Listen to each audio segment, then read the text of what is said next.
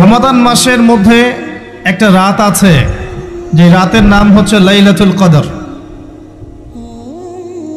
আমি আশা করি আপনারা সবাই এই সূরাটা জানেন। বা'দা আউযু বিল্লাহি মিনাশ শাইতানির রাজীম, ইন্না আনজালনাহু ফি লাইলাতুল কদর। নিশ্চয়ই আমি কোরআনকে নাজিল করেছি লাইলাতুল কদরে, ভাগ্য রজনীতে। ওয়া মা আদরাকা মা লাইলাতুল কদর। হে নবী মুহাম্মদ সাল্লাল্লাহু আলাইহি ওয়াসাল্লাম, আপনি কি জানেন লাইলাতুল কদর কি জিনিস? লাইলাতুল কদরি খায়রুম মিন আলফি শাহর। লাইলাতুল কদর হচ্ছে হাজার মাসের চাইতে উত্তম। এখানে গাণিতিকভাবে ব্যাখ্যা করতে যাবেন না 1000 মাস সমান সমান কত বছর হয়, ব্যাপারটা এমন নয়। এখানে আধিক্য বোঝানো হয়েছে। হাজার হাজার মাস ইবাদত করলে যে নেকি হয়, এক রাত ইবাদত করলে সে নেকি হয়ে যাবে ইনশাআল্লাহ।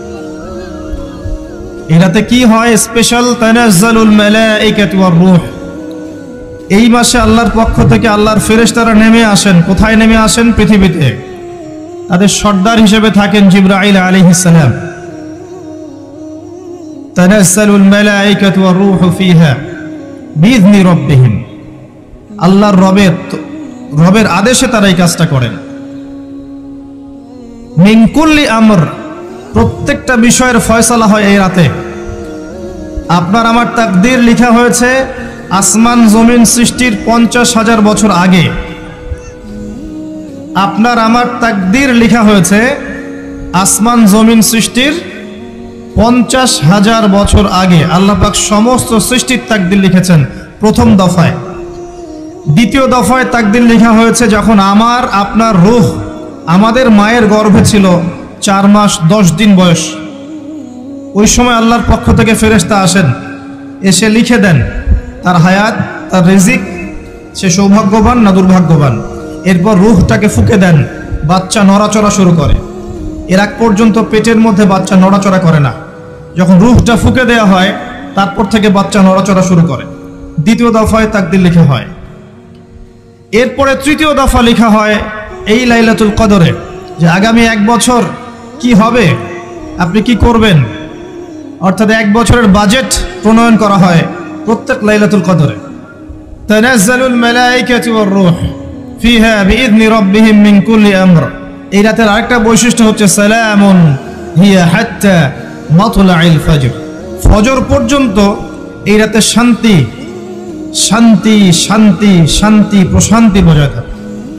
এই রাতে আপনি যে দোয়া করবেন, যে কোনো দোয়াই করবেন, যদি আপনার রিজিকটা হালাল হয় ইনশাআল্লাহ কবুল হয়ে যাবে। যে কোনো দোয়া। এই রাতে যারা ইবাদত করে দাঁড়িয়ে দাঁড়িয়ে, তাদের চতুর্দিকে ফেরেশতারা সমবেত হন, তাদের দোয়ায় তারা শরীক হন, তাদের জন্য দোয়া করতে থাকেন। ঠিক তখনই দেখবেন মুমিন বান্দার চোখ দিয়ে টপ টপ করে পানি পড়া শুরু হয়েছে। আপনি ফিল করতে পারবেন যে আপনার দোয়া আল্লাহ কবুল করছেন। এই রাতের ইবাদতকে 1000 মাস দিয়ে গুণ করলেও কখনো সমান হবে না। একটা রাত ইবাদত করলে আপনি হাজার হাজার মাসের নেকি পাচ্ছেন। এই সুযোগটাকে ছেড়ে দেওয়া যায়?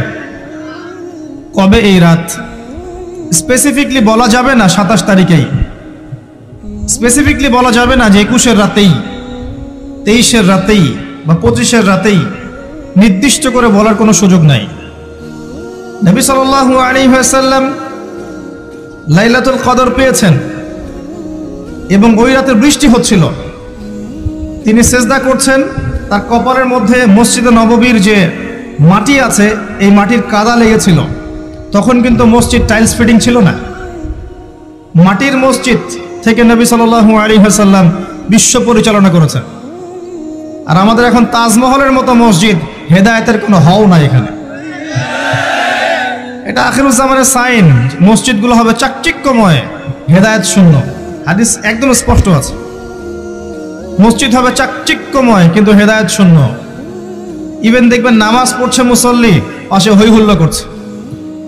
দিনের কথা আলোচনা হলে বা নামাজ পড়লে, কেউ কোরআন তেলাওয়াত করলে আদবের সাথে যে পাশে শোরগোল করতে হয় না, এটাও এখন বুঝাতে হয়।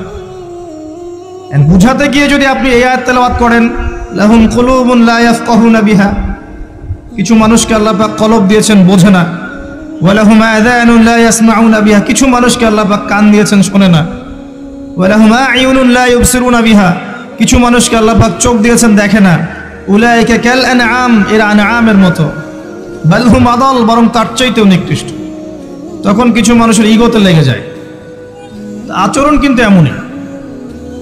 কোরআন যেখানে তেলাওয়াত করা হচ্ছে, নবীর হাদিসের কথা বলা হচ্ছে, সেখানে উঁচু স্বরে কথা বলা জায়েজ নেই। নামাজ পড়ছে একজন ব্যক্তি, সে আল্লাহর সাথে সরাসরি কথা বলছে, তার পাশে কথা বলা জায়েজ নেই। এমনকি নামাজরত ব্যক্তির পাশে কোরআন তেলাওয়াত করাও জায়েজ নেই। আমি কথা কি বুঝতে পারছেন? একজন ব্যক্তি নামাজে দাঁড়িয়েছে, আল্লাহর সাথে কথা বলছে, পাশে আপনি কোরআন তেলাওয়াত করতে পারবেন না জোরে জোরে। মনে মনে করতে হবে, করতে চাইলে মনে মনে করতে হবে।